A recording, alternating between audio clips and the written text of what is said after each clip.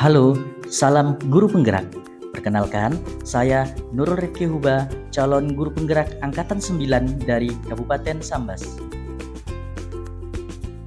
Video ini adalah kesimpulan dan refleksi modul 1.1 Filosofi Ki Hajar Dewantara yang bertujuan untuk memenuhi tugas calon guru penggerak modul 1.1.A.8 yakni koneksi antar materi. Ki Hajar Dewantara membedakan kata pendidikan dan pengajaran dalam memahami arti dan tujuan pendidikan. Menurut Ki Hajar Dewantara, pengajaran adalah bagian dari pendidikan. Pembelajaran merupakan proses pendidikan dalam memberi ilmu atau berfaedah untuk kecakapan hidup anak secara lahir dan batin. Pendidikan memberi tuntunan terhadap segala kodrat yang dimiliki anak agar ia mampu mencapai keselamatan dan kebahagiaan yang setinggi-tingginya baik sebagai manusia maupun sebagai anggota masyarakat.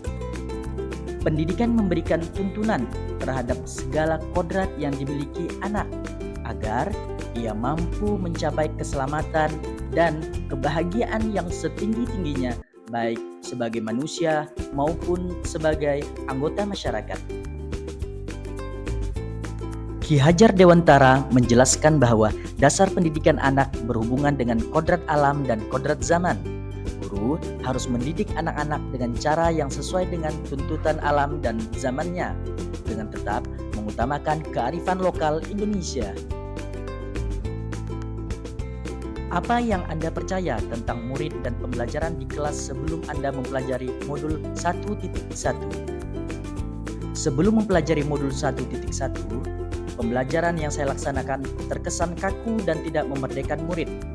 Hal ini terjadi karena saya menganggap pembelajaran hanya sebatas transfer ilmu semata, sehingga saya lebih fokus pada ketercapaian materi.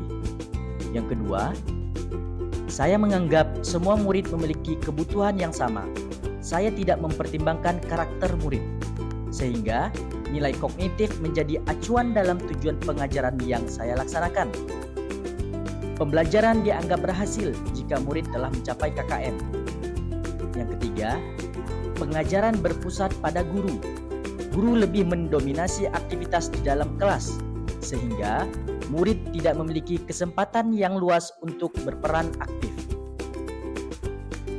Setelah mempelajari modul 1.1, saya akhirnya memahami pembelajaran bukan hanya sekadar transfer ilmu, melainkan menuntun dan memerdekakan murid untuk dapat menumbuh kembangkan potensi yang dimiliki sesuai dengan minat dan bakatnya. Saya juga seharusnya memperhatikan semua aspek pembelajaran. Yang pertama, kognitif, afektif, psikomotor, spiritual, sosial, dan budaya. Kemudian yang ketiga, memberi ruang kepada murid sebagai subjek pembelajaran. Yang pertama, kebebasan berekspresi dan berkreasi.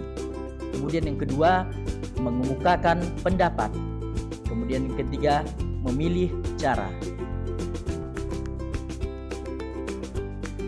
Untuk memperbaiki sistem pembelajaran yang saya laksanakan, saya menerapkan beberapa strategi yang sesuai dengan pemikiran Ki Hajar Dewantara.